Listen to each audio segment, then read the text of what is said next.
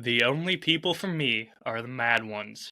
The ones who are mad to live, mad to talk, mad to be saved, desirous of everything at the same time.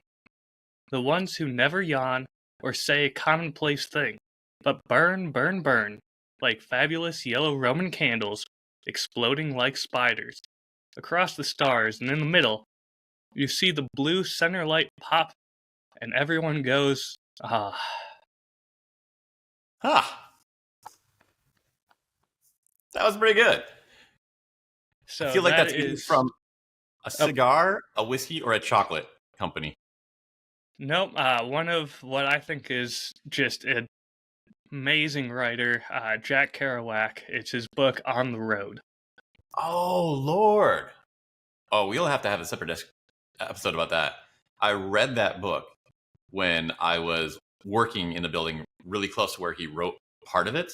And Oh, all of that's the cool. restrooms, office buildings were papered with just text from his book. And I have very differing feelings about Kerouac. So this will be a great opportunity, maybe in a future episode, to get like how your perspective that I understand, and I can see what you're getting at, help me see the good in something that I couldn't see before. He's the type of person where his writing is very different, and knowing from where you were at when we started this journey, I can absolutely see that you weren't the biggest fan of him at the time. The style I could see a point for, but the stuff he was like expressing, I was like, wow, this. That's fair. That's a different discussion. Yeah. And we're professionals, Ryan. We can separate the message from the media, and we can learn a lot from really well quality done work. Absolutely. I'll need to brush up on him for that episode. So, most important part. We had a really interesting episode last time. We had our first guest appear, Cory Cranfield. And not only was it a really interesting man to talk to, it was a whole wild experience for us having our first ever guest appearance. All the prep that went into that, the whole experience of that. That's something a lot of other people are going to want to do too. So I figure we should talk in a little detail. Absolutely. I'm so excited that finally happened and it went as well as it did. At least I felt it went that well. And, right. I had a good time. oh, great time. Great guy. Really interested to hear what you think of him and how you thought it went. I've had the privilege of meeting him in person several times, getting to talk to him and knowing him for, well, almost 2 years now, I think we figured it was. Mm-hmm. But we had one call with him before, just as kind of getting to know you, and then had texted in the group chat a handful of times before it. Mm. And first of all, that was an incredibly good idea. You suggested that. I didn't think of that. That was on my radar. But texting a little bit before and setting up a call a couple days before, I think Cory was kind of, oh, what are we doing this? Why are we doing it? But that really helped a whole bunch. There's a lot of the phrase unknown unknowns, where so much worked great. Flat out, you've been politely nudging for a while that he should be our first guest. And we could not have had a better person. And I would be surprised, but that's how this always seems to happen. Like the most perfect thing just seems to be drawn to you. But I wouldn't have known any of that to have the confidence that I could relax and like lean into it if we hadn't had that quick conversation the Tuesday before. Hey, I'm glad that it worked out that well. My thinking personally was more so, okay, let's make sure we can get Riverside working for him, make sure he's familiar with how the whole system's going to run. That way he's not coming in and getting accidentally muted, or how he first had joined in the chat when we were doing that first call with him. That's a great point. Let's get all the technical bugs out with the one that's not being recorded. Very wise. And leaving time that if there was something that I needed to study, I could all right, well, I'll figure this out before Friday. Instead of, hold on while I try to Google stuff right now. But it seemed to work pretty well even that first time, so that really speaks to how easy and user-friendly this program is. There's a lot of times where paying a bit of money saves you so much time, it's worth it. There's other times where, like, you should save your money, but man, I was actually just thinking about that today. During my day job, I saw some stuff I'd recorded for my day job, and there was one that had the logo from OBS, that free open source software. And I just had to, like, man, I'm really glad that I just made the leap to buy Riverside for the year so we could just get stuff going and be doing all this cool stuff right now instead of still me having to figure that out and holding us back. Yeah, it's a really good program. Very happy you did that. Thank you. I got another 6 months that I can learn all the OBS and calmly, without a rush, actually enjoying the process, which is my motto. Get that all set up instead of having this big rush, feeling everything's waiting. So yeah, that's one of the better decisions I think I did. So what's your thoughts on how things went technically with Cory, first of all? I know that we lost him, twice was it? I think one was our fault. I think one was his camera. I'm not sure. I think once was maybe like his Wi-Fi dropped or something. I don't even know. Yep, that was it. Yeah. So that worked quite well, actually. There was a number of times when we were talking about how he's getting really blurry because the connection's bad, and then there was a delay. When I actually sat through and watched the entire episode, because I didn't have any pre-planning, so I didn't know what the show notes would be. I had to, like, re-listen to the entire episode to write notes up. And the quality was great. Even the parts when he's like, oh, man, you guys still there? Crystal clear. So that whole dual end recording that, like, kind of merged at the end, that was super nice. And, you know, he's a professional. It's not something that anyone's going to bring up, but the lighting he has on his spot where he was at looks really nice. So I'm glad that we were able to capture that high quality the whole time. Yeah, you and me both. And just out of professional curiosity, when we lost him on our end and he was completely gone, did it keep recording or did he have to rejoin the call and then it started recording again? Everything just kept running. So when he came back, it just slotted him in. I'll tell you, we did the debrief after, and for that one, everything was screwed up and not lined up, and it took me some time to take those segments and make his speaking line up with our speaking again. But the actual episode, the fact that we never hit the stop button, the software knew to just keep everything on the same chronological line. And yeah, it worked great. And for a little bit, had a chance to start, like, venting all this stuff. The whole episode was a lot of effort to make sure to let him speak as much as possible. So there was a little bit of, oh, he's gone. What should we do? Like, oh, I have a million things I want to talk about. We can fill this gap real easy. It was a great time, and love Cory. Very glad he was willing to jump on with us.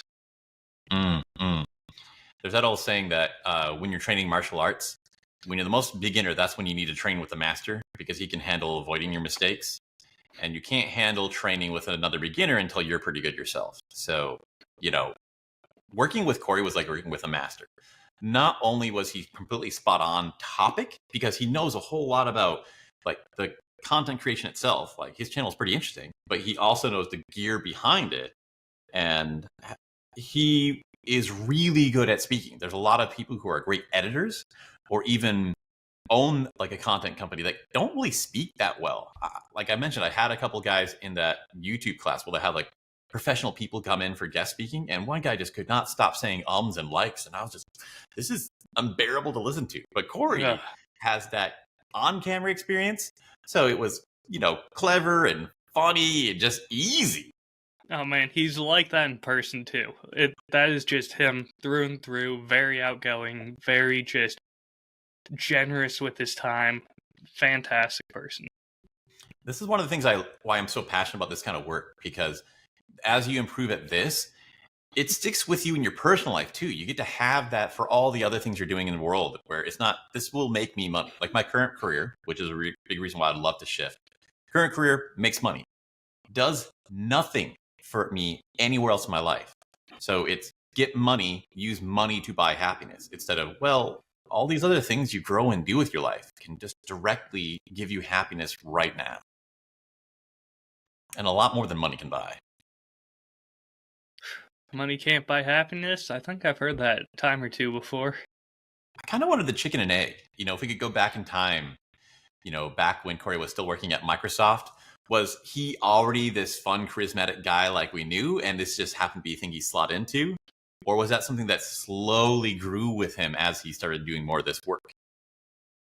I wouldn't be surprised if it was a low column A, low column B. I mean, he already had that bravado to go, I'm going to start doing the manager's job just without being the manager, so that way when they're gone, I get that job.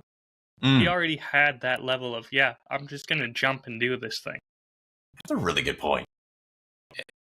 Probably grew over time with him, but he had to have had some of that already. Like you already have that knack for it and just got polished. So that was fun. That was really interesting. I wanted to ask more about what lessons did you learn from that experience? It was pretty new. I was surprised when he complimented me on asking good questions on the fly. Isn't really something I realized I had gotten good at over the past couple years of bartending and listening to so many people's stories and trying to ask them more meaningful questions rather than just what, why, or something like that, just basic one-word questions.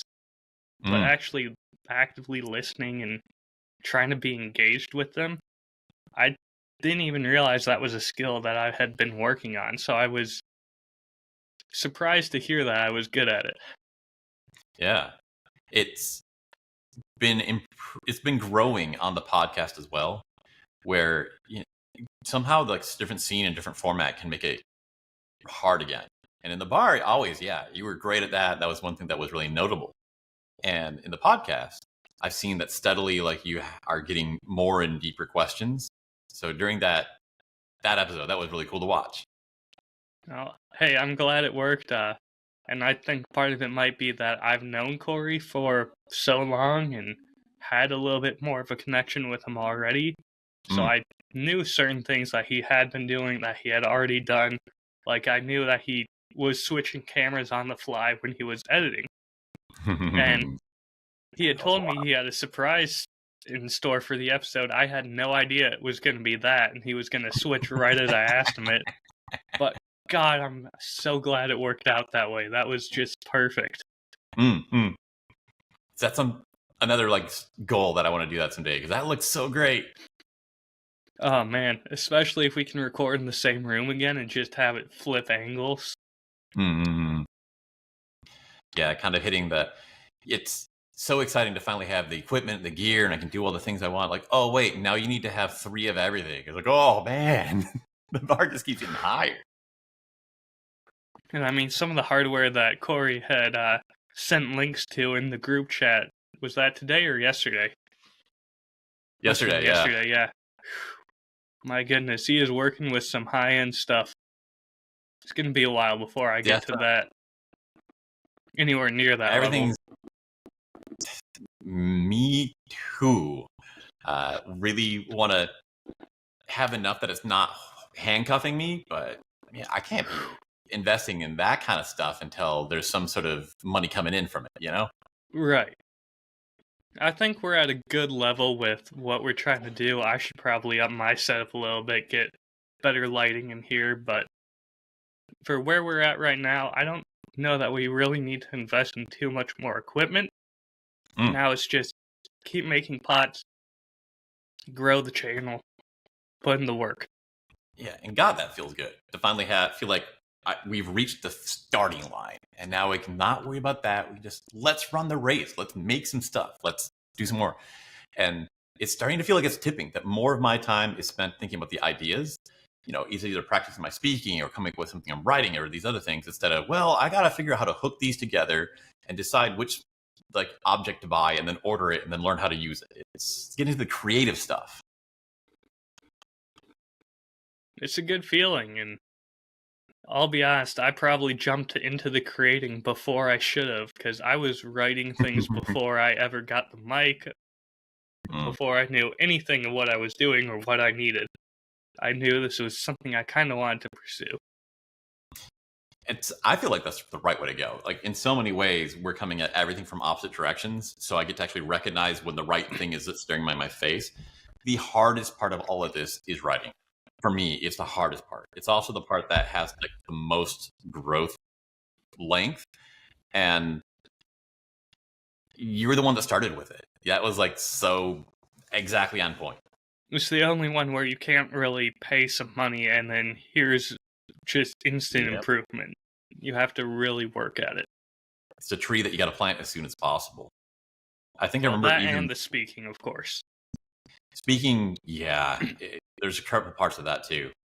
The metaphor I keep liking is it's literally like freaking magic, Ryan.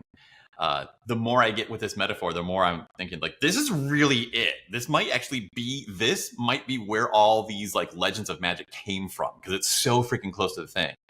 But your speaking skills is basically how well you can cast the spell.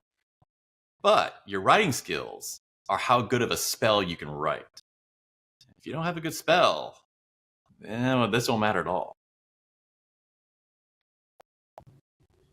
It reminds me of the difference between knowledge and wisdom. Knowledge is knowing that a tomato is a fruit. Wisdom is knowing not to put tomato in a fruit salad. Yeah. I wanted to mention more about the questions we were asking. You know, we're just really getting lucky so often how we're on the opposite ends that perfectly fit together. You knew Cory, so you could ask more insightful questions about him, and that was really helpful. I think that put him at even more at ease, got him to share more and get more emotionally animated about it, and also kind of get into these important niches instead of generic questions. And since I didn't know him as well, that also was an advantage, just in a different way, where I could start asking more of the everyman question of I'm an audience member and I've never heard of this man. What would I need to ask clarifying questions or connections, all this kind of stuff. So between the two, I don't think it would have been as good with either of those missing. And this is going to get even better because next time, in 2 weeks, we have our next guest. And that person's going to be the opposite, where I know their stuff very well. And you're going to be the outsider who gets to connect us to the audience so that no one gets left behind. Do we want to tease who or what they do? Sure. Yeah. I have a line here in our notes for today's podcast where I'm going to say that, working with Cory and then the vacation I went after that was such a huge amount of listening, how listening skill was the difference between it being okay and being great. And I'll tell you that most of the listening skills that I have learned have come from these alternative therapies that I'm doing for the past 2 years, maybe a year and a half. And that's something that we actively decided to cut out of the topics we cover in the episodes because they get really big. They don't really connect with everybody. They go all over the place. But it's worth knowing because it really is what I have to credit for the fact that I was able to do that podcast really well with Cory and everything that came after. So this is going to be somebody who's an expert in that field. They're going to come on. They're going to talk about her work and what she does, how I know her. And it's a little bit insight into that more esoteric, philosophical stuff that'll get its own episode to focus on without kind of taking us sidetrack from the content creation stuff. And what's really exciting for me is I know basically nothing about the field that they are an expert in. That's going to be perfect fit, just like every time. At least with Cory, you could talk equipment with him. You had something I'm just going to be asking I have no idea what's going on. Give me the toddler level explanation of this. You're going to be surprised. It still is going to be like content creation where everything comes down to, oh, I see that. How do I feel about that? You instantly have a connection, and making a connection is the whole point of that art existing. It's going to be the same thing of, listening is really important. So this is how we go about getting people more connected with the reasons why you would listen. You're like, oh, I've experienced both ends of that. It's all supposed to be about your feelings, your journeys, and it's just kind of training for that stuff. So I'm looking forward to it. I'm excited that we're able to get somebody. We're looking to have a few more guests in the next couple of months, but I think having these being the first two where we can get a really solid completion thing of content creation, the business stuff, and then a really complete side of all like the, philosophical stuff that I'm doing this for, kind of like the why and the motivation I have for it, and a lot of the behind the scenes skill building that I've gotten from this. And then we can start filling in the little, like the middle gaps in between and the future episodes. Absolutely. And I'm looking forward to them. They all sound great. Well, if you don't mind, I'd like to move on and start talking more about all those listening skills. Please do. Okay, so this past week was a perfect storm crash course in listening. One, using what I've learned, like a big final exam boss fight, and also like another major opportunity for learning. Went from the first guest with Cory Cranfill, and that is a massive amount of learning. You know how difficult it is for me to shut up ever. During our normal episodes, that's an improvement for me that, we're having a more of a dialogue. Certainly we know that I'm steering a lot and I probably dominate the conversation a lot, but, I'm not a complete bull in the china shop like usual. With Cory, it's like, you are a one-time guest, and also you are a guest. You're invited into our place, and we need to like make you feel comfortable and make it about you. And the biggest effort for that entire episode was just shutting up more, where he would say something like, "Oh, that's brilliant," and I want to talk about all the ideas that this gave me, or all the little connections that make. It's like, inwardly screaming. So he could keep going, and he did, and like shared even more good gems. So it's something that it's completely the right way to go, and it's really rewarding. But man, it is a lot of heavy lifting for people with a guy with a brain like me. It's one of the hardest things, especially when you have something you really want to say, and you can tell they're changing topics a little bit to just let it happen. Yeah, and that's great. This is kind of where it gets into like the alternative therapy stuff, where it's more comfortable both with that conversation stuff and with all the business stuff we're seeing right now, where I feel a lot more comfortable with, there's going to be another giantly awesome opportunity coming next. So you can, all right, the conversation moved on. You're never going to get a chance to say that thing. That opportunity's gone forever. No, that's fine. Because I know something else really cool is going to come along that I'm going to be part of that one. I don't think Cory's going to end up being just a one-time guest. He seemed to enjoy it, and I think we can have him back on eventually. That is a great way too. Yeah, I'm looking forward to getting in more detail. I like this plan where we're kind of like painting the edges of the puzzle to get the extreme thing and then filling it in. So much of this stuff has seemed to be about first get your max range as you possibly can, and then figure out where inside that you should be each day for each project. So did that. That was a big listening thing. And then immediately I had like, great time, guys, but I got to go to bed early. I got an early flight to the Dominican Republic. Kind of surprise last-minute trip to visit an old friend I haven't seen in a long time. My old friend from Poland, she's taking a vacation. She went to the Dominican Republic, which is the first time she's ever been in this hemisphere. And halfway through, yeah, she's never been to America, never been to the United States. And, with all this work, really busy. Can't really fly out to Europe to visit my friends out there, but like, they're super close. She suggested hey, I'm having a great time. I've kind of done all the big things I need to do by myself. You want to come and join me? I'm like, oh, okay, sure. So flew down there. Bam, yet another into the deep fryer of, I'm going to be quiet and listen and actually hear. Because that was like a contrast that came from me. This is somebody I've known for a long time.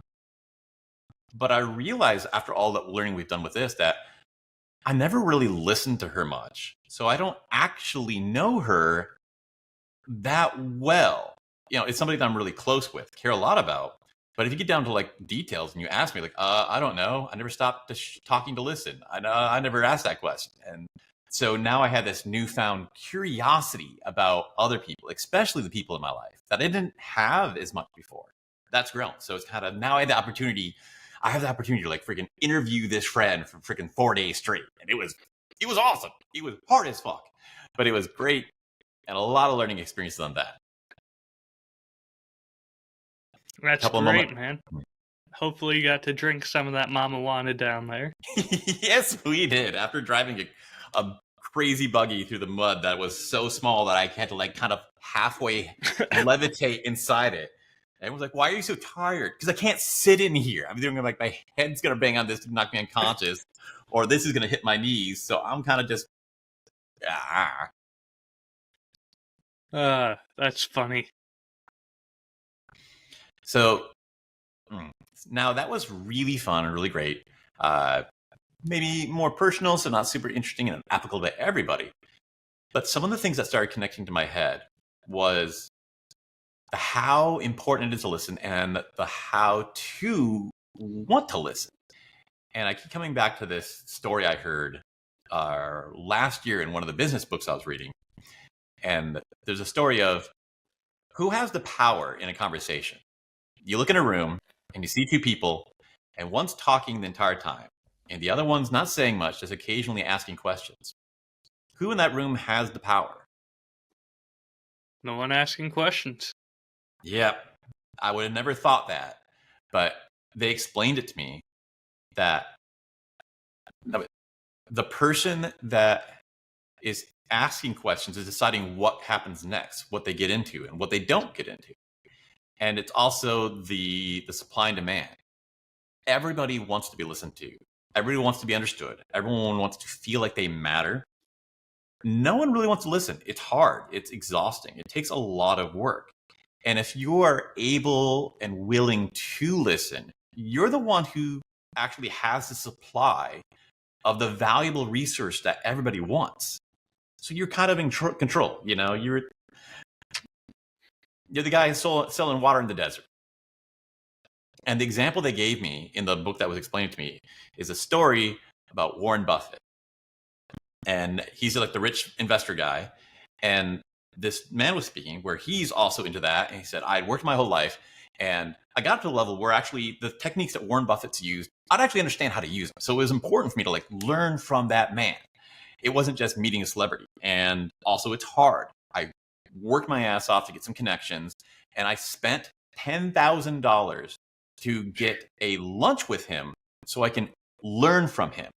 And he shows up and Warren Buffett's like, oh, that's interesting we're working on. Oh, what about that? And why did you decide to do this? And how does that connect to the other part of your business plan? And the guy who paid the 10 grand is like all excited, like, oh, you think my work's interesting? It's like, yeah, we do this, we do that. And he's feeling great and he feels excited and proud of himself. And he's having the best lunch of his life. And then they run out of time. He's like, yep, thanks for the money. I really appreciate it. And I really did enjoy meeting you. Shakes his hand. And he walks off and he gets halfway to his hotel room. And he's like, wait a second. I didn't learn a damn thing. Like, and somebody nudged him and said, yeah, he does this every time. Warren Buffett is the best investor because he's the smartest investor. He's the smartest investor because he asks everybody questions all of the time. It's definitely a great way of getting people more excited to talk to you because we all love talking about ourselves, that we are our own favorite topics. But when you show genuine interest and are happy for them and excited for them, oh my God, they'll open up to you about damn near anything. And if you're doing it at a bar, distillery, they'll probably pour you drinks while they talk to you about it. Yeah, that's a very good knack that you have. You apply that in a lot of scenarios.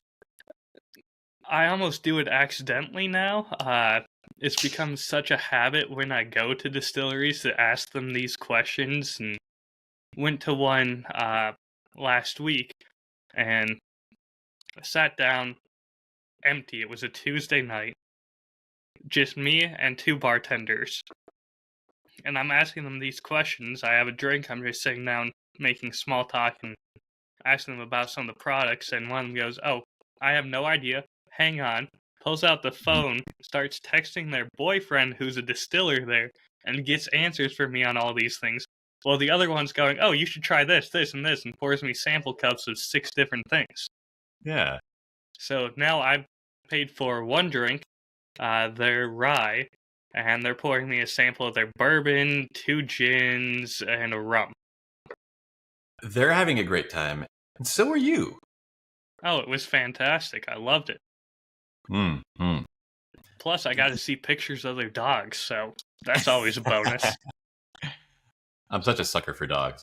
Like, Who my couldn't Spanish be? is not interested. So, but the only word I knew was the dog for puppy. The entire time I was in Dominican Republic, my friends yelling at me for not speaking Spanish or knowing Spanish. I'm like, perrito. Oh, that's too fun. So you say that it's like a reflex for you now, and I've seen this happen in like two or different dimensions where, because you want to listen, you understand the power of it and the benefits, it both financially and just happiness. I've seen people on the sales edge where they learn how to do it. They rehearse it, they practice it until it's kind of like a reflex tying their shoe, but it's not something they enjoy. It's, like mining rocks out of the ground. This work has been teaching me how to actually find the motivation for it. What I've really noticed is lately, people in general are interesting. I've always been focused on, for me at least, this might probably like make you laugh. There is me, there's you, and there's the truth. And I don't care about you. I only care about the truth. We're trying to figure out, learn something, find something, figure out where I'm wrong, and so we can refine it. And discussing back and forth, and every idea you have is the way to get closer, more data on what the truth is, to get closer to that. That's how you argue, because they're not trying to get to the truth, or they don't agree with the truth. Anyway, and you never actually really even pay attention to the person. That's how most of my experiences with my friend from Poland was. But we get into this kind of work. You start with trying to make something that you can sell, like a course or some product that you advertise in your YouTube videos. The first thing is, well, what's the market want? Well, you got to find out. So you do some market research. You're not caring, are these people good or right or bad? You just want to know, how do they feel? Because I'm going to have to design my product to like give them what they're interested in, what they're motivated for. There's no question about that right or wrong. And after a while, I started to notice, at least, like, it's really interesting. There would be times I'd sit down and ask people, and I could take that kind of self-obligation off me of, I have to find the truth, or I have to find where they're right or wrong, or convince them of this or whatever. It was just, I just really want to understand how they tick and all it connects. It turns out 9 times out of 10, it's this kind of interesting Sherlock Holmes mystery novel that comes out. And it could be something where, here's a story of Taylor Swift. Like, I don't care about Taylor Swift or that music or anything. And you're like, but all the connections of the motivation, that is actually interesting. And you're in a new genre of novel, but it's so well written that you're invested now. Oh, absolutely. And I mean, even if your goal is just to get to the truth, asking them for, all right, what experiences do you have that make you believe that this is true? What makes you feel this way? And even if it is a story about Taylor Swift and you and I are completely uninterested, the fact that that's such a powerful motivator for them and can lead them to do weird things that you and I would never imagine doing to go see this woman sing. They could have some amazing stories about it. When you get into like the motivations, the why they do it, that is so relatable that it turns out to be way more interesting. The Tony Robbins program I did, it explains that you can pretty much reduce every motivation people to have to be one of 6. And when you really look at it, like, yeah, pretty most all the time you can get down to one of these. And those are so important and visceral and relatable that you're talking, like you said, I'm not into that person's thing, but why do you like this? And they'll say, well, I had this experience when I was a kid. Okay, completely different, can't relate to that. And that made me feel that I really wanted to have this kind of change. Like, oh, I relate to that part. And man, it's just wild. I was blind to this my entire life. And now, because of this work, I can finally see it. And so much more enjoyable everywhere. Oh, 100%. Everyone is their own main character, and treating them like that, you can get some wild stories and experiences out of them. It's so much easier because it's easy. You can learn more at the beginning from the training wheels instead of jumping into the hard stuff and just hitting a brick wall. With the content creation, you're making something that's supposed to be pretty enjoyable, and generally you're making it for someone a little bit similar to you because you're making something you find interesting for someone else who also finds that interesting. It's a lower hurdle to cross of, okay, well, what kind of people like this and what else do they like that's related to that? And you can kind of take the brakes off that of, oh, okay, it turns out that people who are really into Irish whiskey happen to really have a lot of interest in Civil War history. Like, I'm not really into that, but I need to learn about that so I can make something interesting for them. And you get into like, oh, now I start to see why those people liked it because I'm a little similar to them too. That's kind of neat.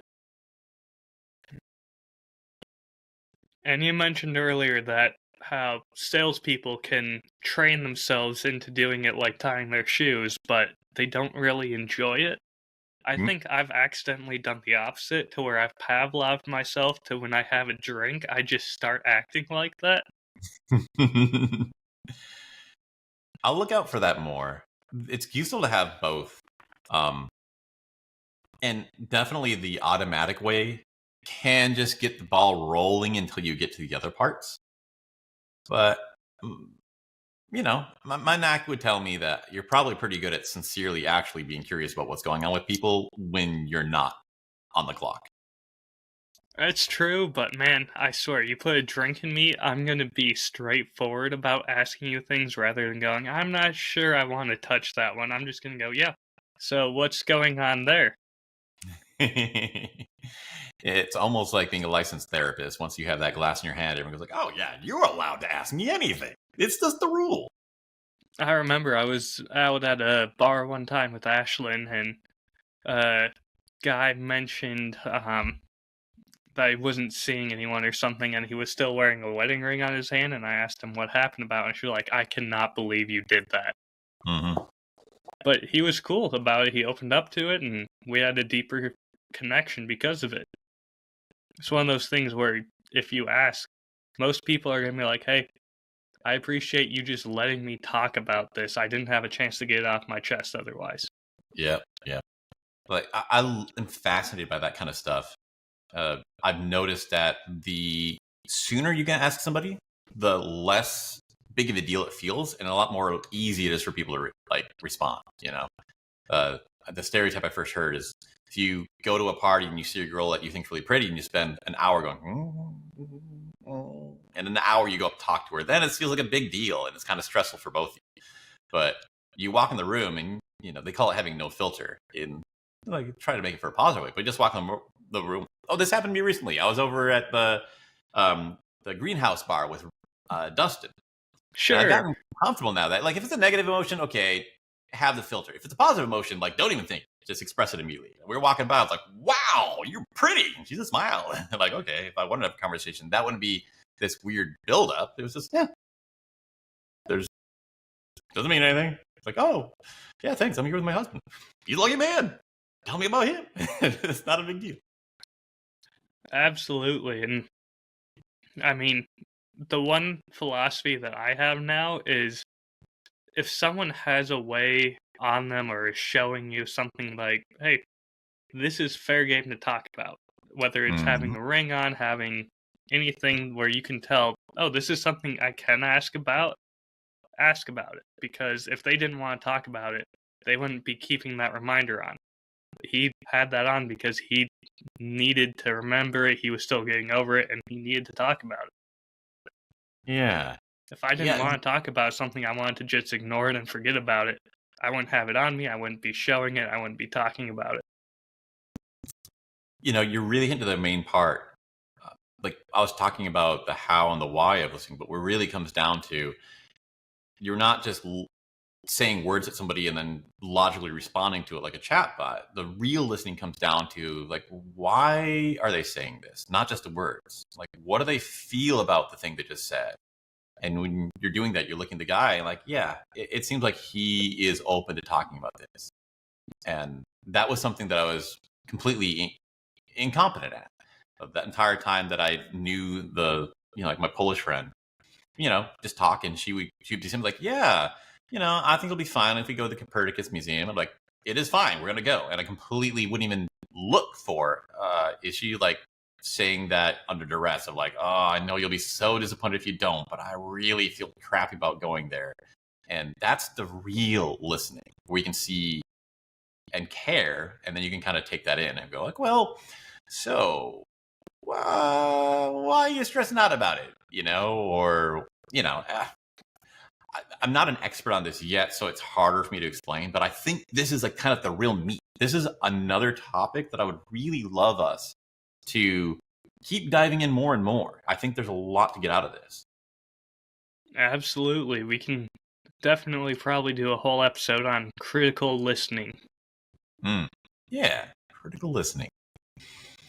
And it was kind of funny. This is the example you explain. I find it really fascinating, those conversation skills and those little knack things.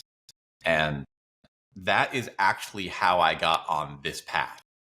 I was sitting in a college room years ago, and I was like, man, like I like my friends, but we don't really, conversations are kind of stilted. I know this could be better. And I was trying to Google, like, how do you improve conversation skills? I know this used to be an art form back when people just hung out on like, lordship plots without electricity and everything. And I couldn't find anything. And then 3 years later, my friend Sean, he sent me a link to some guy who literally does that as a profession. He was a YouTuber who makes videos about that. He's like, okay, everyone's teaching how to date. I'm going to just teach you how to actually just have better, just not better, like, social skills with the people you're already close with. So it's more fun and you get more out of it. And then you can start using that with strangers and everything. Like, this is fun. This is better than playing baseball. And as I went through that, for years, I was just like listening to his podcast. He's like, yeah, so I'm really excited about entrepreneurship. And he starts talking about how he got to do his videos that made him money and everything. I'm like, this is all really interesting. And that's what all led up to me finally going, oh, I've always wanted to do that. I think it's time I should do it too. Man, it's amazing how life will throw us a curveball and see where we end up. Never see it coming. So we're finding more topics that we're going to dig into, which means we're never going to run out of good stuff to talk about. Never. For today, the whole Dominican Republic trip was a more extension of learning to listen and everything. Same time, it was also a really needed time to sit and do nothing that I wasn't so aware that I needed. We talk repeatedly about burnout and motivation. And yeah, the previous week, I was like rushing, like, oh my gosh, I gotta get this done. And then, preparing for the Cory interview, it was another extra thing. And I was a little stressed out. And it wasn't until I had 4 days where I literally wasn't creating anything. I wasn't learning any courses. I was just kind of just sitting around looking at palm trees that I was actually able to realize, oh man, I'm way more stressed and burned out than I realized. And there's this phrase, negative space.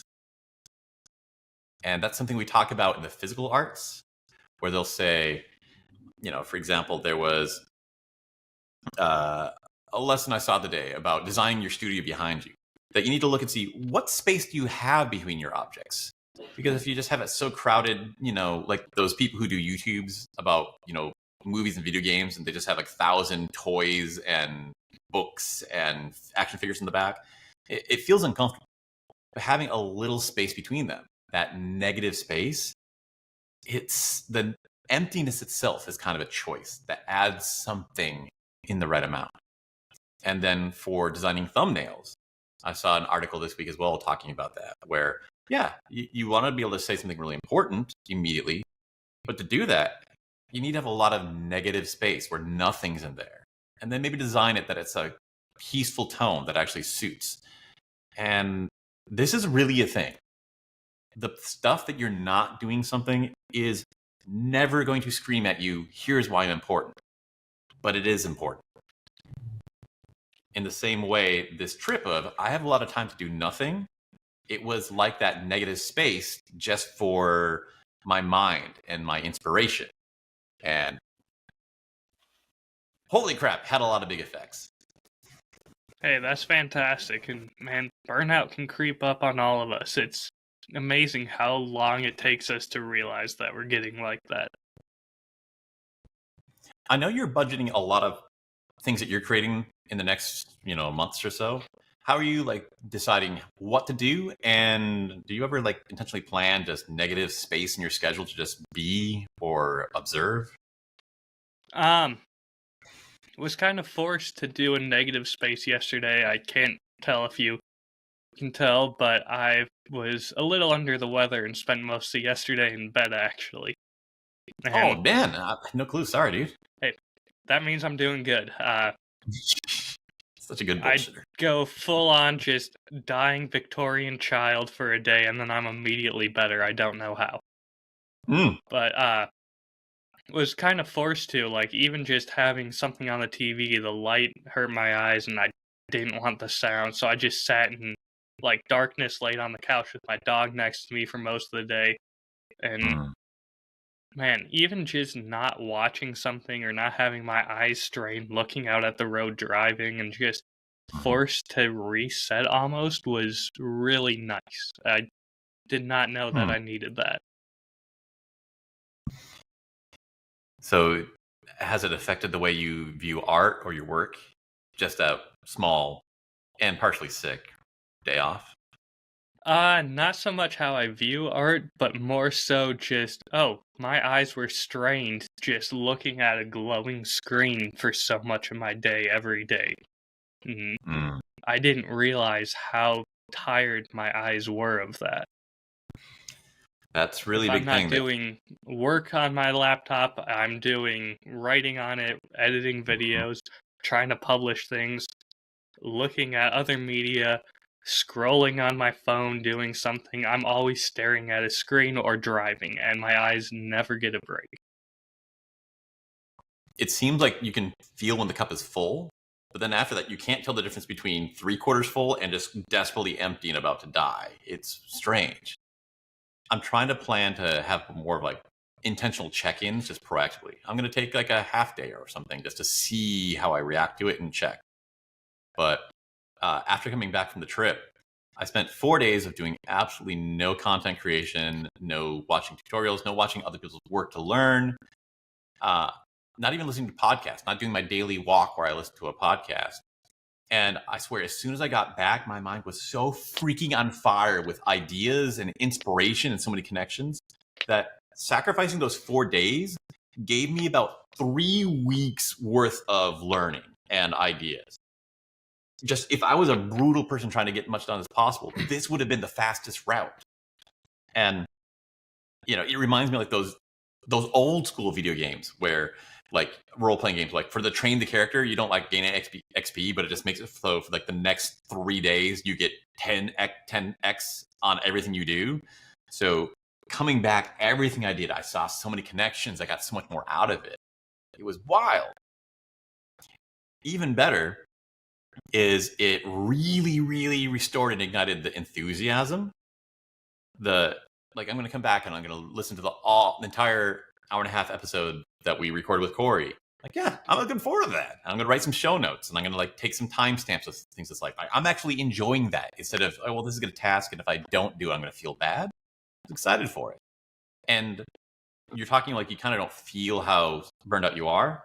I started getting excited about some other little things to make or film or edit or publish just for fun, not for any project or anything, just because I think that'd be fun to make.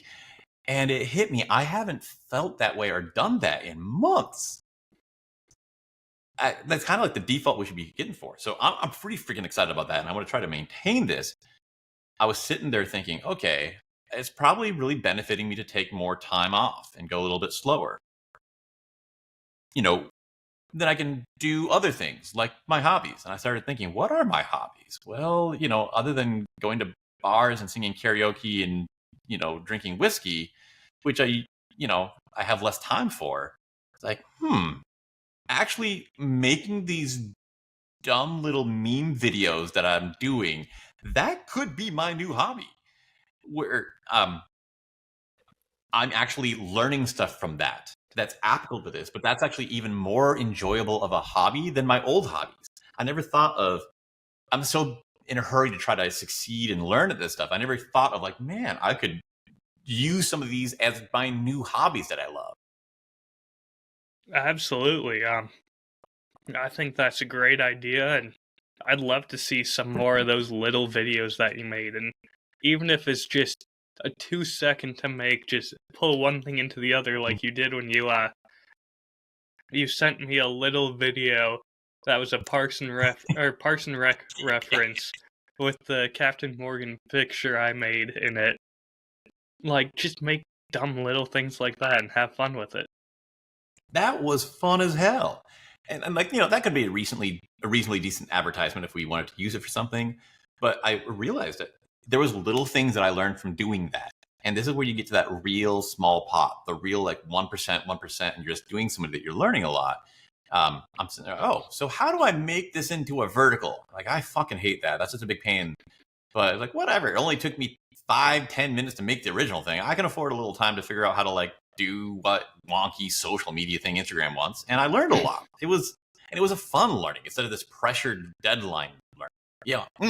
I heartily recommend it. Man, I saw what you did with that, and I was just like, this is brilliant, and I hope it didn't take him more than 30 seconds, but I love it. Thank you. It made me so happy to see that.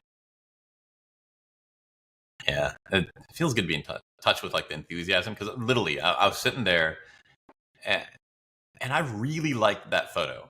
There's this whole thing where 80-20, you don't need to push more, but the last edits, it somehow that just made it tip over from this is like really good and really nice to like, this is just, I'm a fan of this. I fucking love that photo. Like, I was just enjoying the hell out of that thing. I want to make a dumb video out of this. And I mean, I started out as me just going, you know what? I'm talking about Captain Morgan. I'm going to be just stupid and have something fun with it. Exactly. You know, and I think this is kind of that magical thing that we're hearing about, where it's not just the amount of time, the skill, the effort you put into it. It's the fact that you had this enthusiasm for it. You saw something passionate about it. And so not how you created it, but what you created was what made it special.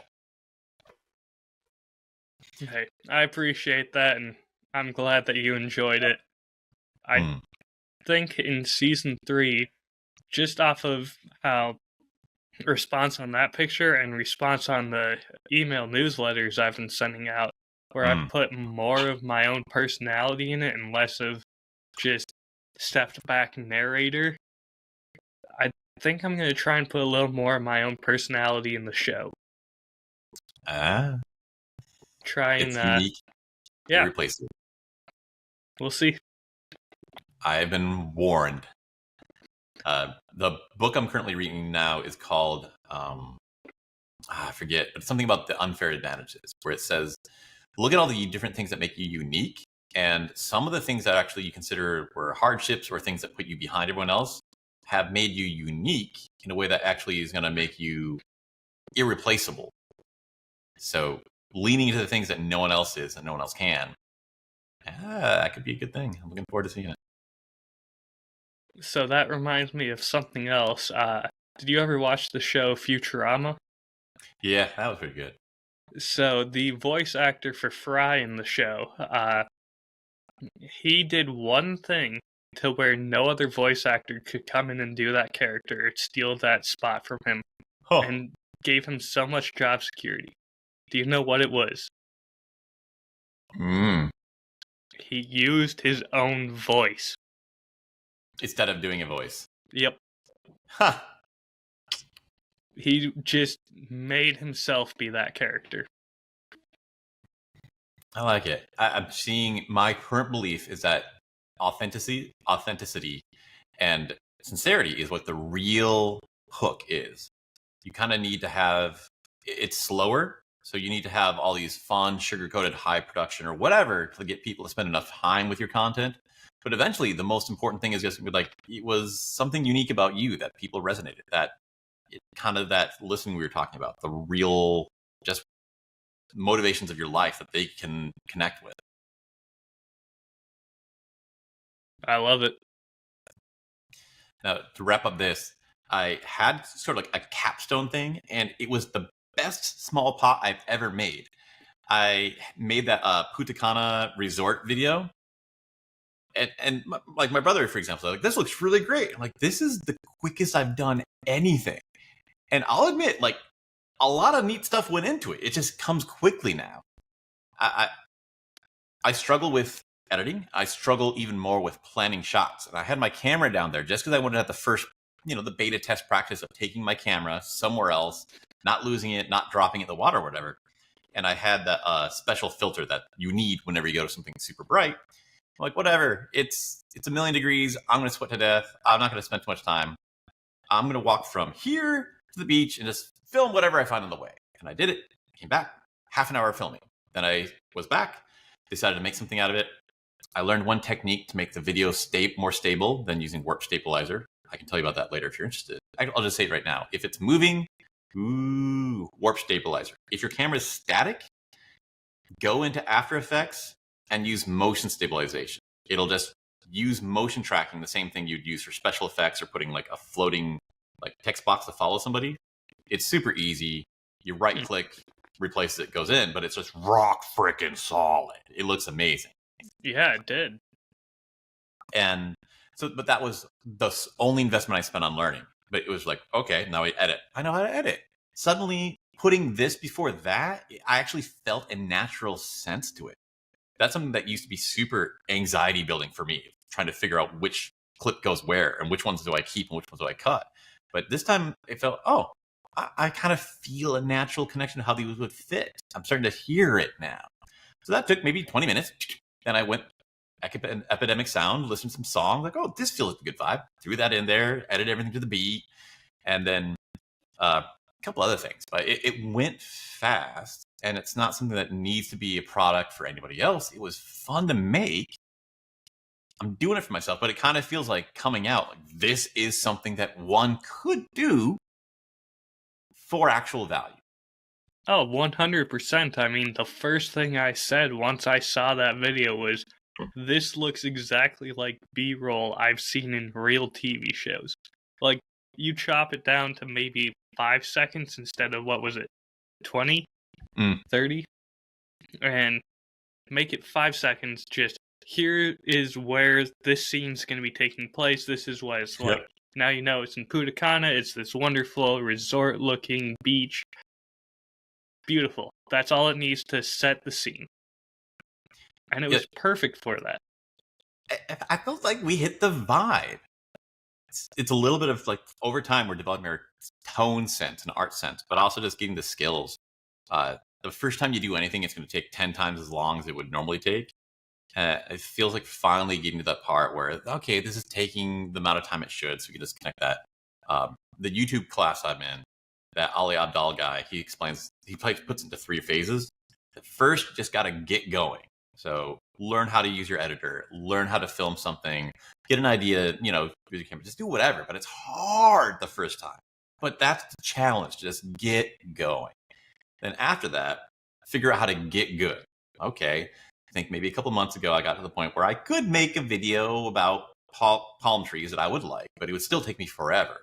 And it's like the third stage. You would have been planning every shot before you even got down there of what you wanted to see. Yeah, and I would have spent hours just pulling my hair out, like, well, what about this clip or that one, that one, that one, that one, Oh, I really want to get this shot, but I can't find 2 people dancing. Yeah. You're singing the song, man. Oh, man, that's painful. But that's the next stage. And then after you've done that for a while, be okay with that's okay to feel that way. You get to the third stage, which is about getting smart, where you go back to the things that you already can do and get able to do them really quickly. So then you can get a lot of things out, start making more pots. And, that was one of the biggest perks of taking that course, was just having it spelled out that those 3 stages are important, and it's okay to have them different. And if you're on stage 1 or stage 2, like, that's great.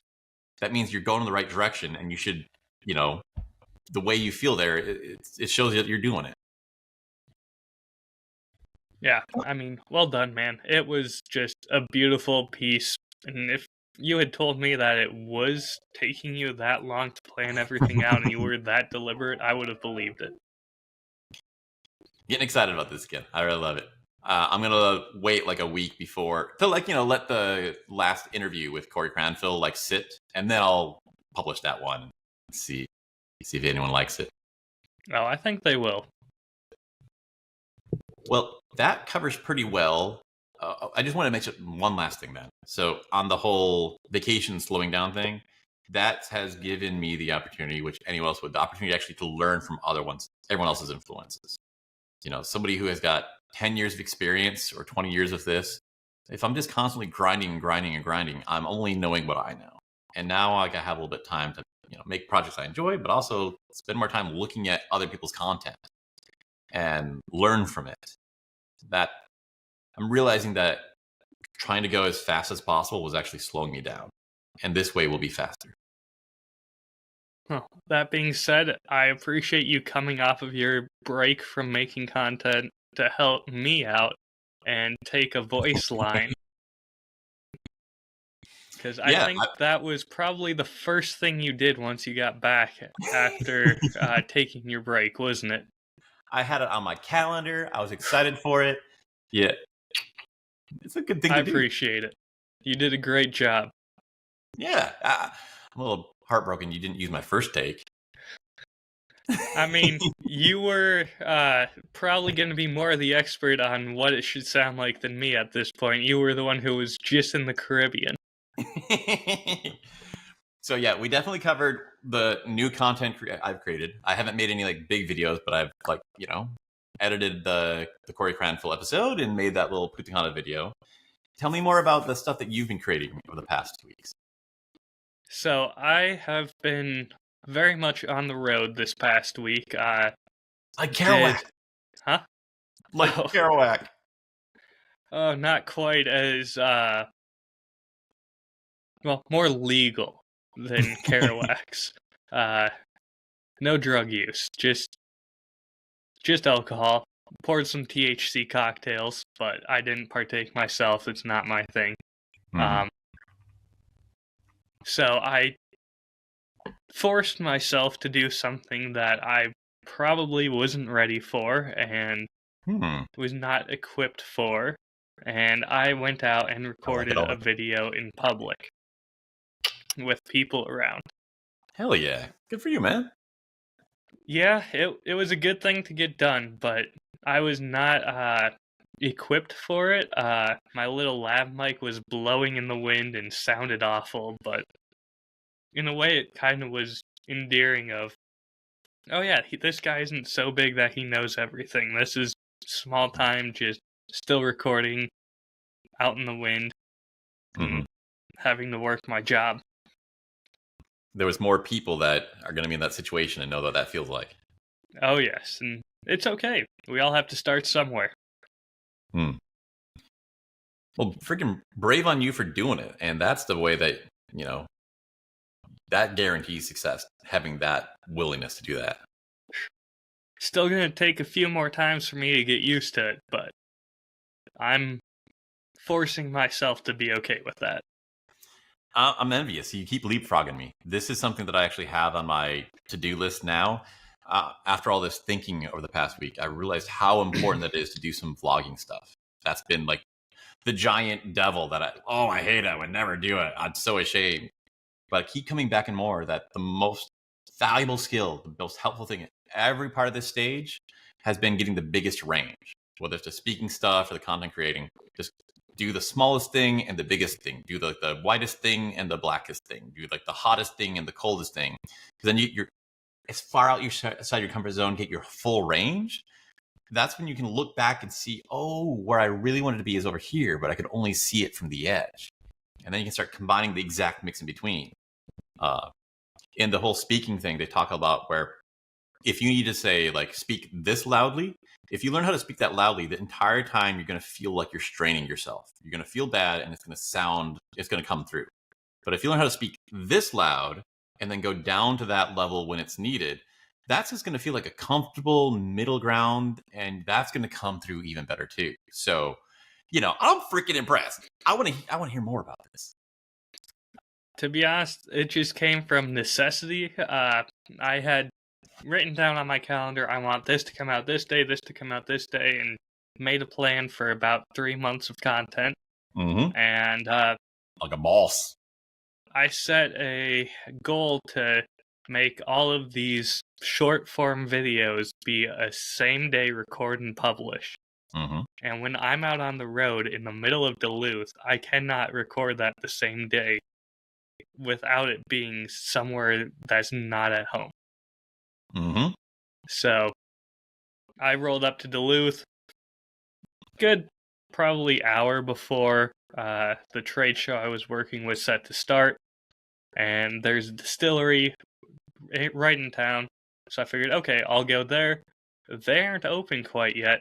And right across from them is this lighthouse. Mm-hmm. Well, I know what my backdrop's going to be because that looks cool. Fuck yeah. And then I got out of my car and went, oh, it's 39 degrees because the wind is blowing across the cold water. This is not fun. I'm only doing one take of this. So it became very quickly a lesson on, pardon my French here, but not giving a fuck for two reasons. The public and one take just straight publish. How many people were around there? There was probably 6. They were scattered around the whole little, I don't even want to call it a dock. It's right before a bridge, but right along that coastline, I guess. Mm-hmm. Older people probably would just be staring at me wondering what the hell is this kid doing, but... And did they? No idea. I was trying to look at the camera the whole time and then walk away quickly because I was cold. Yeah, cool. And then I had nice whiskey to warm me up afterwards. That's a man with a plan. Planning those rewards after, that's an important part of all this. Pavlov myself again, right? What did you make? What's the content? Tell me about that was the short form whiskey term, just talking about like, oh, this is what bourbon is, rye is, Scotch, Irish whiskey, just real quick, run through the line. Something I know very well, so it wasn't like a script I had to memorize. Very easy to get it right in one go. So I was grateful I set myself up for success on that at least. Set yourself up for success. Yeah, I love this plan. There's so much of this where you can help me find a better euphemism that's not crass, but just kind of breaking the seal on so many things. Just, it's going to be painful the first time. Just do it, and then it'll be great for you forever after. I remember it's like my first career while I was a classical guitarist, and it was always just on stage by myself or with a partner. And people always like, well, why don't you ever like play guitar in a band or play on the street or anything? Like, I'm just freaking terrified. That's so embarrassing. And I remember I, spent a month, and one day I like played my house. Okay, the next day I played my house singing with the door open. Maybe somebody accidentally. And then like the parking garage where there's lots of noisy cars. Okay, the top of the parking garage. It just slowly crept my way up to like, okay, I can sit on a street corner and sing. And I know people hear me, and somehow it doesn't make me want to die anymore. That's probably the sane way of doing things. I've always been a, fuck it, let's just jump in the deep end and we'll sink or we'll swim. That's way faster, so freaking good on. It's more uncomfortable too. I'm going to be continually interested in this because I've been thinking about this. This summer I'm going to take a trip to some Nordic lands and kind of like get in touch with my heritage a little bit. I've always wanted to do this. It's not a heritage. I'm jealous. It's a heritage that most people don't ever talk about or care about or whatever, and it's hard to get to. And I'm like, so finally, I'm actually going to make myself do it. And part of that is I think I don't want to be carrying a massive amount of camera equipment. And this kind of gets to, I'm going to have to learn how to do vlogging, where part of it's going to be, here's this neat place, but it's going to be, maybe just my phone or some small camera I bring with me. And a lot of times it's going to be me like, hi, I'm talking to this guy. Here's what I'm doing. And I'm realizing that this will be a new medium. If you say you take, Picasso and say, hey, here's a piece of charcoal. You can only do in black and white, and you can only do things that charcoal does. it's going to be a learning experience. You're going to create a different type of art than you would have if you had had your normal tools. And when you come back, all of those new influences, I think, are going to help improve your main art. So I'm kind of looking forward to this, as I'm not comfortable vlogging. I don't know what it's good for. I don't know what it's bad for. I don't know what tools go into it, but I want to lean heavy into it for like a solid month and learn as much as I can for it while I'm there. So anything you can teach me through your experiences, I want to hear as much about as possible. I will let you know, but I will tell you the one thing that you're probably going to see that is just going to have to be something you're okay with. Lighting. Mm-hmm. You're not going to be able to stand around waiting for it to be perfect lighting. You're not going to be able to bring studio lighting. You might be able to walk around to the side of something to get better lighting for it, but that's about it. That's kind of like the little Ninja Safari thing. That tip that we were talking about, where just go to the window and turn the desk 50 to 45 degrees, and just all those little tricks will, I think, be its own art that we can start collecting. That's a great tip. I hope it works, but if you're going out and you want to get a picture of a lighthouse, you can only walk so far around it before you're swimming now. Mm-hmm. If you're going to, I don't know, like a cave in Iceland or something, you're not going to be able to get a shot from every angle. You're going to get a shot by the entrance as you're going in, and you better hope that the sunlight works with you and you're there at just the right time. Otherwise, you're going to be a little frustrated. Yeah. These are all real big problems, and I keep coming back to somebody solved it. I'm putting it on my weekly schedule to have one day a week to watch some, travel videos and find style that I like and see, okay, so when they went to that location, you're right. You're in the cave. You don't have any light. What did they do? Because they made something that worked pretty cool. It might be, well, we just do a before and after shot. We have still photos, or maybe they have some kind of thing, but somebody out there is already Show trying someone else's photo, maybe. Have a friend come with who has a flashlight on their phone. I'm sure there's ways to make it work, but if you're there by yourself, I think it's going to be more difficult. Yeah, so I'm looking forward to making some mistakes and learning a whole new realm. Likewise.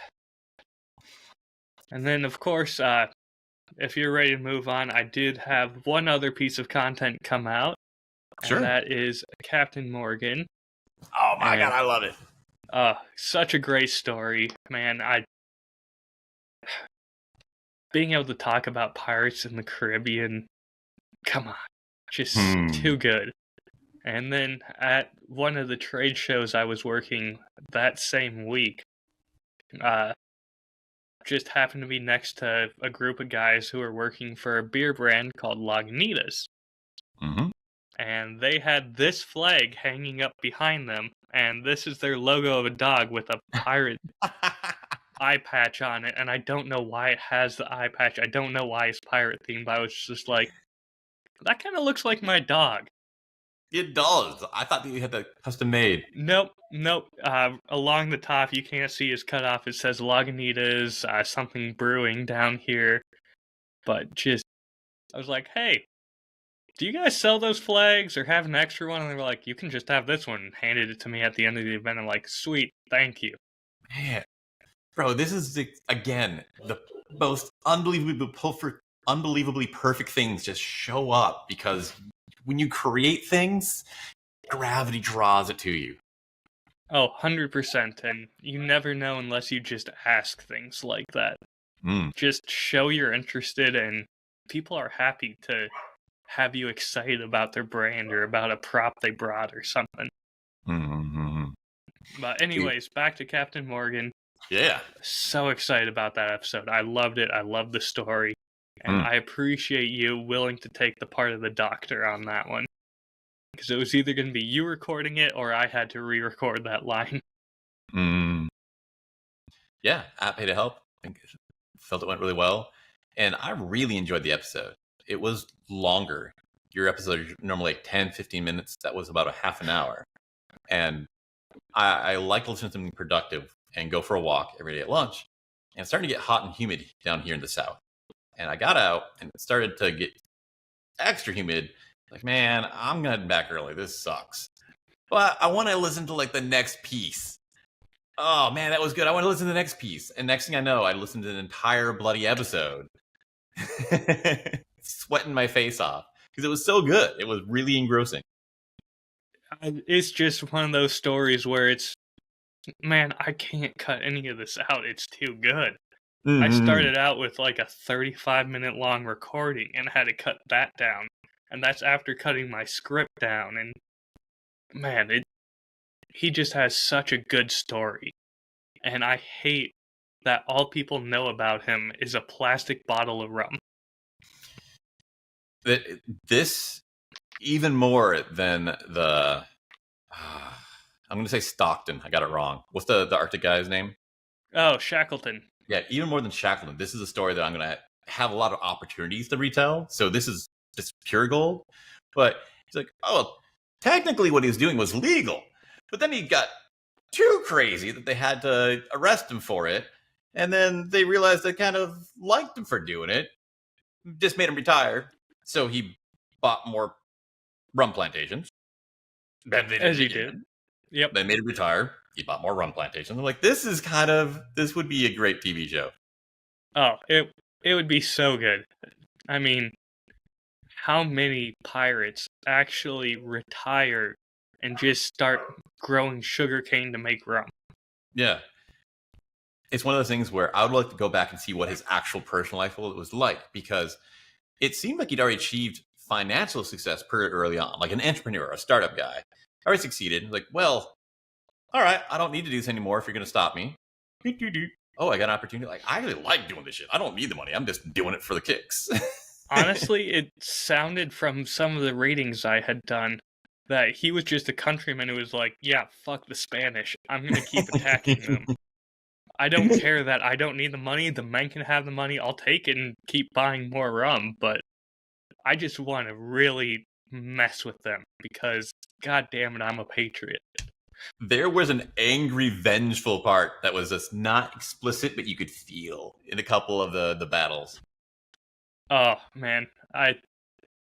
Just the amount of wit that he had is... For it to be a real story is incredible to me. There was some MacGyver in that man. Oh, 100%. Before MacGyver ever was even a thought, this man already was doing things like that. Like using logs and putting hats on them to make the opponents think that that's a crewed ship. Who would ever think of that? So I appreciate it. I love it. Thank you for like igniting my passion for content creating even more, and for raising the bar once again to such an annoying level that I got to push myself harder to improve to keep up with you. I just started with a great story and let it take the lead there. So it's so much easier when you have a story that's already good that you're just trying to share, and then it lends itself to so many other things so well. I mean, if I'm trying to tell a story, the next one's going to be about an Irish whiskey baron. And there is very little things to it that lend themselves to sound effects. Whereas in Captain Morgan, we're talking about lit fuses, cannonballs, muskets firing, stampede of cattle. Just, there's so much that has a tactile noise to it that it was so easy to make. It was very tactile. Is there anything more you want to share about Captain Morgan? I'll just listen to the episode because, man, that's probably my favorite of the season so far, which feels wrong to say because I spent so much less time on it than like Taketsuru, but man, I just love that one. I think sometimes that works out. The best stuff is going to be the shortest stuff. Or in this case, one of the longest. So for the final questions, I was going to ask you, tell me about that magnificent flag. But we already covered it. So little easier question. Tell me about your next upcoming podcast. Well, next one is going to be about a man who, well, not single-handedly, but sort of led the way for Irish whiskey to be saved from extinction, and is responsible for the coming together of three major distilleries to form Middleton Distilling. I'm gonna like that story. It's got some great entrepreneurship, family values. It's a great episode, great story. Not nearly as exciting as Captain Morgan, but a little bit more historically significant to whiskey. And when does that come out? That's coming out Friday. This Friday. Keep it on my Then calendar. we only got one more left after that. I'm gonna be sad. Me too. But the last one's also going to be a more fun, not quite as action-packed, but it's going to be a little bit more riveting than the next one coming out here. Love it. I think you're really going to like that one. Where are you planning on traveling for reconnecting with your heritage, by the way? Well, I'm going to do the best I can. I'm probably going to hunker down in Helsinki in Finland. But as much as possible, I want to see, the Scandinavian stuff, but also get into the Baltic stuff. A lot of people don't think about the Baltics, which has made them a little bit immune to modern influences. There's some more intact out there. Interesting. Well, if you end up in Iceland, this episode may be of interest to you. Yes. Believe it or not, I found a way to talk about whiskey and Vikings. Hell yeah. Everything I love is coming together. This is going to be a great one. It's a great one. Really proud of the writing in it and love the story so much. But that's the 2 last episodes coming up for me. Man, went by fast. So question for you, Ethan. I'm going to do one in the similar vein here. I know that we're trying to test ourselves making more small pots recently and not do as much planning. But I also know you want to practice writing more and get more into that. So, what's going to be your next scripted video? Next scripted video, I'm trying to do the most simple thing. And sometimes, the easiest thing has no relation to how long it is. I'm trying to finish off the script about teleprompters. It feels natural and easy to get into gear review because we're always looking at them. I've spent as many hours researching things to buy that I've had to research and learn technique and skill. Sure. And I fucking hate teleprompters so much, and they're so terrible, and there's just scammy crap, like ridiculously scammy stuff with the software you need for them. So I have 3. It took me 3 until just in December of last year, some company actually made one that wasn't trying to just kick you in the nuts and take your money. Ugh. So I have 3 of them. I'm going to try and find a way to throw away 2 of them, but it'll be a good opportunity to make a script. I can film it. I'll have visual aids, and I have something contentful to talk about. It's easier for me to start with things concrete, like this works well, this works poorly, instead of the more difficult things like you're writing, where this happened and that was interesting, this happened and that mattered for this reason. That's more nebulous and emotional. I think that takes a higher level of skill. So the trio of teleprompters, that'll be my baby step. Hey, I think that's a great topic, and I think it will lend itself well to what you're doing, because you can have shots of the teleprompters and you don't need to record yourself in frame with those. So you can just do a voiceover like this and show off pretty shots of the teleprompters and not need to worry about, okay, look at the camera, but also read the script, but look at the camera. Yeah. Although I guess that might be a good way of showing off how well the teleprompters work. Using one right now, so I'm actually going to look at you while I'm talking. But I'm not nearly as fancy. I've just got a split screen open. I think that'll be good. I really feel it's important to keep trying the different genres. So that'll be like the title script, and then I'm going to try to like do some vlogging style or something where I'm just talking about like here's an important idea I feel important to talk and figure out a way to get out. And all of these things, the first time it's just murder, so painful, and then you come back the next time like, oh, this is just a paintbrush I can pick up whenever it's the right time to use this color. So keep doing those. Hey, I look forward to watching the video and seeing what you make of it, my friend. Thanks, Ryan. Well, feeling good about today. This was great. We're going to meet again in 2 weeks where we're going to interview Leah Thompson, who is a psychedelic pharmacologist from Mind Bloom. It's going to be pretty interesting. She's a sweet person, an intelligent person, and it applies to content creation a lot more than you expect on the surface. Hey, I look forward to being completely out of my depth on this one. Looking forward to it. I'll see you then, man. Sounds good. Take it easy, Ethan.